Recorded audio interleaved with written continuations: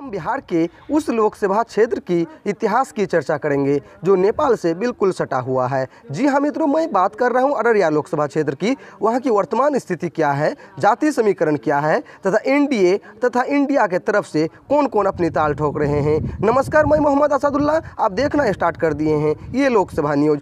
अररिया जिले के इतिहास की अगर हम बात करें तो यह जिला 14 जनवरी 1990 को पूर्णिया से विभाजित होकर अलग जिला बना। अररिया जिले की अगर हम रेलवे स्टेशन की बात करें तो यहाँ पर 2 रेलवे स्टेशन, एक अररिया कोट तथा एक अररिया आरएस के नाम से जाना जाता है। अररिया से NH57 भी गुजरती है जो अररिया को पटना से जोड़ने का काम करती है। सही मायने में अररिया का देखा जाए तो यहाँ पे विकास नहीं हुआ है, क्योंकि यहाँ के कोई भी सांसद तथा विधायक ने सही मायने में काम नहीं किया है। अगर हम अररिया जिले की भौगोलिक स्थिति की बात करूं तो उत्तर में नेपाल, दक्षिण में पूर्णिया, पूरब में किशनगंज तथा पश्चिम में सुपौल जिला अवस्थित है। अररिया जिले की अगर राजनीतिक परिदृश्य की बात करूं तो यहाँ पर कुल 6 विधानसभा की सीट आती है। अररिया, रानीगंज, नरपतगंज, फॉरबिसगंज, जोकीहाट तथा सिकटी। अगर हम अररिया जिले के जातीय समीकरण की बात करूँ तो यहाँ पर 55% हिंदू तथा 44% मुस्लिम तथा 1% अन्य धर्म के मानने वाले लोग निवास करते हैं। आज़ादी के बाद देश में पहला आम चुनाव 1952 में हुआ था, किंतु इस समय अररिया अस्तित्व में नहीं था। अररिया लोकसभा क्षेत्र में पहला आम चुनाव 1967 में हुआ था, किंतु 1967 से 2009 तक यह क्षेत्र अनुसूचित जाति के लिए सुरक्षित था। 1967 के आम चुनाव में कांग्रेस पार्टी से तुलमोहन राम ने पहली बार सांसद बनने का गौरव हासिल किया। 1971 में पुनः तुलमोहन राम ने कांग्रेस पार्टी से, 1977 में भारतीय लोक दल से महेंद्र नारायण सरदार, 1980 में कांग्रेस के डुमर लाल बैठा, 1989 में पहली बार सांसद बने सुखदेव पासवान जनता दल के टिकट पर, 1991 में पुनः सुखदेव पासवान जनता दल से, 1996 में पुनः सुखदेव पासवान ने जीत दर्ज कर हैट्रिक अपनी पूरी की। 1998 में भाजपा के टिकट पर चुनाव लड़ रहे रामजी दास ऋषिदेव, 1999 में पुनः राष्ट्रीय जनता दल के टिकट पर सुखदेव पासवान और फिर पुनः 2004 में सुखदेव पासवान भारतीय जनता पार्टी के टिकट पर 5वीं बार सांसद बनने में कामयाब रहे। 2009 में यह क्षेत्र अनुसूचित जाति से हटकर सामान्य के लिए हो गया। तो इस चुनाव में पहली बार चुनाव लड़ रहे प्रदीप कुमार सिंह ने भाजपा के टिकट पर चुनाव लड़े थे और वो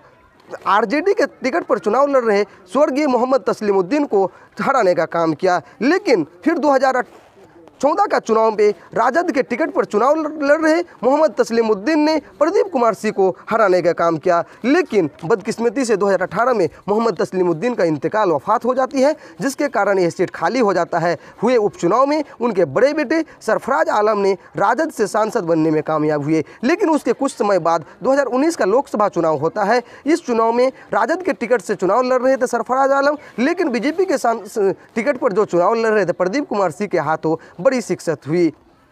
अब अगर हम 2024 के लोकसभा चुनाव की हम बात करें तो परिस्थिति बिल्कुल से बदल गई है, क्योंकि पिछले चुनाव में बीजेपी प्लस जेडीयू का गठबंधन था। इस चुनाव में जेडीयू बीजेपी को छोड़कर इंडिया गठबंधन के साथ हो गए हैं। यहाँ पर हम बता दें कि कांग्रेस आखिरी बार यहाँ 1984 में कामयाब हुई थी, और लेकिन आरजेडी इसके बाद भी बहुत बार कामयाब हुई है। 2024 के चुनाव में ये सीट इंडिया गठबंधन की तरफ से आरजेडी कोटे में जाना लगभग तय माना जा रहा है। अब अगर इंडिया गठबंधन की बात करूँ तो ये लगभग फाइनल है कि इंडिया की तरफ से प्रदीप कुमार सिंह जो बीजेपी के हैं उम्मीदवार होंगे। लेकिन इस चुनाव में आरजेडी के टिकट तो मिलना तय माना जा रहा है, लेकिन आरजेडी के टिकट पर बहुत आदमी दावेदारी पेश कर रहे हैं। सरफराज आलम पूर्व सांसद हैं, लेकिन उनके छोटे भाई शाहनवाज आलम जो बिहार सरकार में आपदा प्रबंधन मंत्री के तौर पर अभी जाने जा रहे हैं, वे भी अपनी दावेदारी पेश कर रहे हैं। अब मई 2020 में हुए विधानसभा चुनाव की अगर बात करें तो अररिया सदर विधानसभा से कांग्रेस के आबिदुर रहमान, जोकीहाट से AIMIM के शाहनवाज आलम, जी हाँ वही शाहनवाज आलम जो AIMIM से चुनाव जीतने के बाद कुछ दिन के बाद आरजेडी कोटे से मंत्री बने हुए हैं।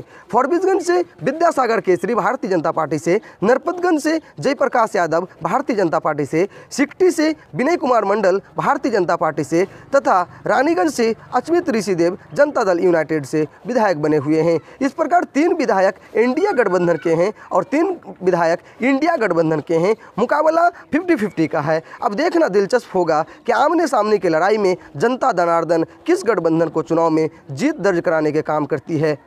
अब आपसे मैं विदा लूँ इससे पहले मैं बता दूं कि सीमांचल के सभी जिले पूर्णिया, किशनगंज, कटिहार तथा आज अररिया जिले के इतिहास की जानकारी हम अब तक दिखा चुके हैं। सभी का लिंक डिस्क्रिप्शन में दिया हुआ है, आप वहां से देख सकते हैं। सलाम, नमस्कार, आदाब। अब अगली वीडियो मधेपुरा लोकसभा क्षेत्र के इतिहास का होगा। जय हिंद, जय भारत।